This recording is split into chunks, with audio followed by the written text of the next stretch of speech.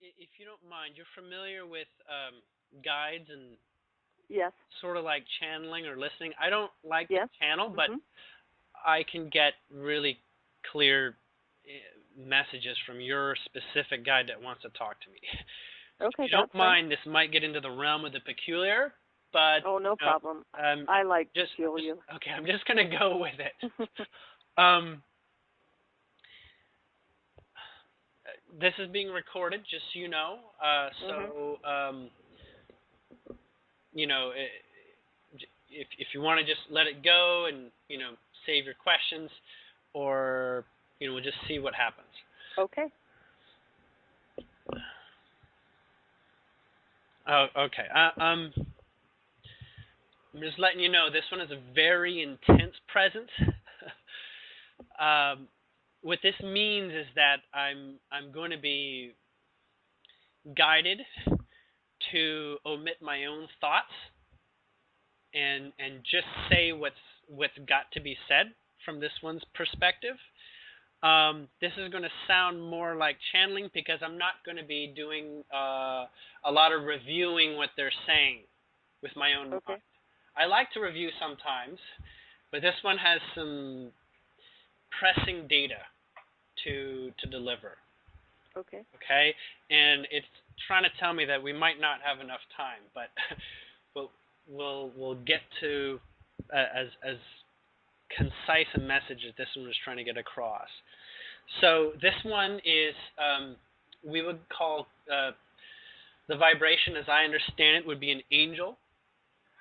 In fact, a guardian angel that is amongst three angels that have followed you through your life and have served different purposes. There's guardian angels, there's sort of like wisdom angels, there's angels that help you bring out your loving nature, that sort of thing. There's you have the three angels encompass these different points in your life where they've been involved, but the one that's speaking right now is the guardian angel, and it's speaking. Uh, it wants you to understand a little bit what it's been up to and why it's been involved.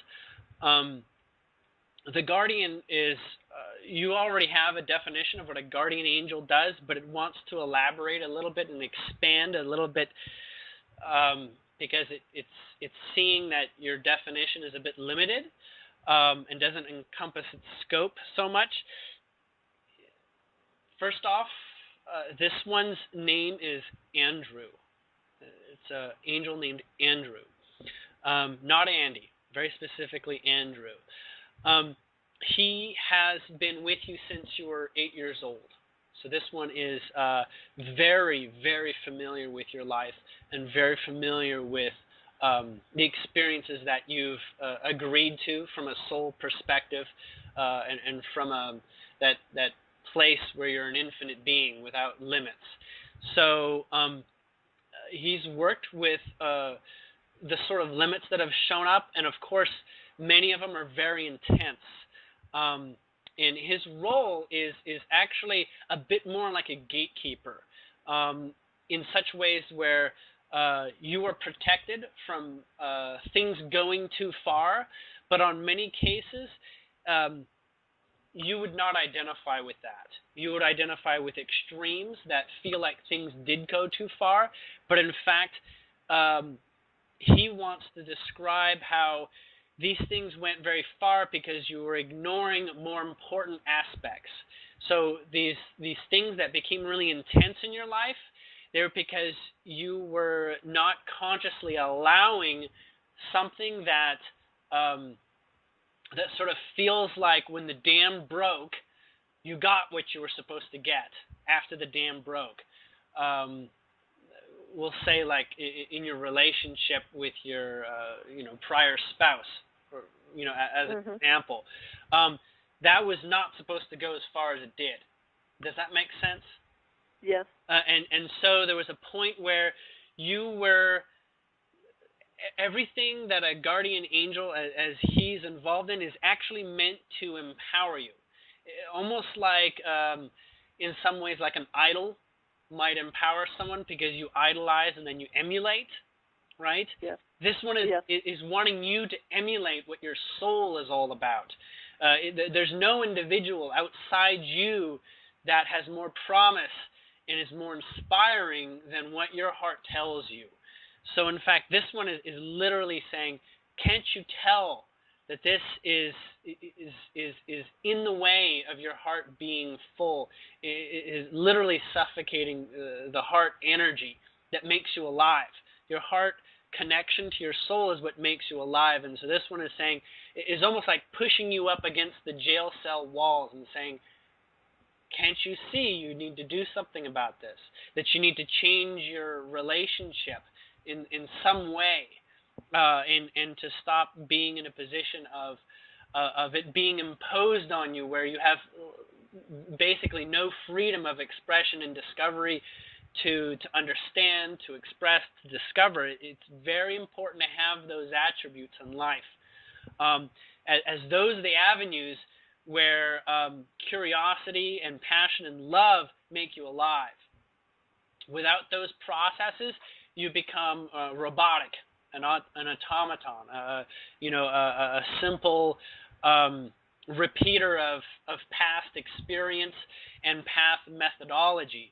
But you have a great deal of energy that comes through you, and whenever that's dammed up, this guardian is actually pushing you into a direction that you're actually uncomfortable with your mind space. The mind is that place where you have developed perspectives of how things should be, yet your heart knows your unlimited nature, and how those are, sort of like false realities from your heart's perspective of what's possible. And so your mind gets, convinced of some things and allows things to go a certain way, but your heart says otherwise. And so in some ways your mind is stubborn, but more you're probably identifying in this sort of helpless way, where your mind does not see the mechanical directions of an out. Now, you have actually consciously asked for help from different sources, and in some cases from what you understand as non-physical beings or non-physical source. We can call it angels, God, whatever. He's saying he hears those. But in the place of extreme discomfort, your mind itself, it becomes the gateway of what you can hear and what you can allow. So in fact, your belief structure is like your own cage, as in a perpetuation of a reality of your own beliefs. Beliefs are meant to, and your mind is meant to establish thoughts that become consistent, so that the mind can work off predictable patterns of life. And essentially, there comes a point where your heart is screaming louder than your mind is allowing. You're familiar with these feelings? Yes. Okay. So Andrew has some very specific phrases or sentences he wants to say. I'm going to allow that now. Just give me one moment.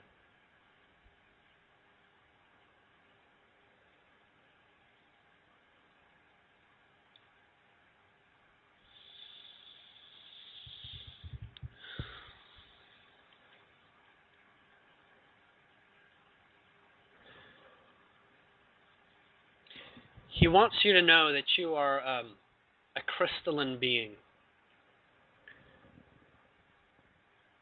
A crystalline being is a type of individual that operates like a tool for everything surrounding you. Crystals do not impose. They offer their space as a service. Crystals are beings. The ones you see, like quartzes and whatnot, they're beings. They serve those that have a conscious intent. They repeat messages. Like computers, they're tools. In fact, computers are a variation of crystal. Being silicon-based, they have many similarities. And so they serve. They take in requests and they deliver upon those requests. And they develop great efficiencies on delivering on those requests. You as a crystal are very, very powerful at serving. But there is a place in which your serving is out of alignment with the greater serving you'd prefer to do, or that you came here to do. And this greater serving is essentially a more loving vibration serving. On the one hand, being a mother was a very important facet of that. As a service through mother and raising children and service to their needs individually on many levels. In fact, those that probably review you as a mother would say you are a very effective, efficient, valuable mother. This is a place in which you have served. But there is a stage now where you need to continue this role, although not identifying directly as mother. You need to step into that place that is of similar service, not necessarily to people, but that similar passion, that similar unbiased, unlimited place where you know immediately what feels right in your heart. You're willing to challenge yourself and do things that perhaps are considered exceptional, stretching the limits of your ideas of what should be into what you know your heart and what you are dedicated to and your surroundings are asking for. On the one hand, it's not fair to call you a tool because it would, on one level, describe you as a tool that is to be manipulated by those with great intentions or more powerful intentions than your own. It is in part because you don't recognize your own value of your own inner intentions. Okay? It is time to discover your own inner intentions. They've been quiet because they are not often exercised. It is time to remember the things that you are passionate about that are timeless. These ways that you've enjoyed expressing yourself, in many cases, independently of an audience, independently of individuals that will give you a sense of satisfaction for what you've offered. You're stepping into a place where you're offering more from a place that is less identified by your outer world's requests that are conscious to you. It is no less passionate, however. So there are things such as your occupation or such as having your own business that these offer great opportunities to do this. There's a couple things along those lines we'll call personal opportunities that feel like enterprises, and they will be very successful, extremely successful, when you're doing it for the right reasons. And one thing you identify, which is cash flow, that you don't have a clear understanding of what that it really is. It's like playing Monopoly. On one hand, you feel you're playing Monopoly, but on the other hand, you're playing a different game that has nothing to do with Monopoly. The games, the role in terms of how money is exchanged is not how it actually is in the way that you perceive it. So for the reasons of cash flow, you will get mixed up and lost in terms of following the purpose. As you understand, cash flow serves different reasons. It is in fact not how things serve. Heart serves. When you operate with your heart, there is cash flow. So elements like enterprising concepts and ideas simply require your heart to be in it.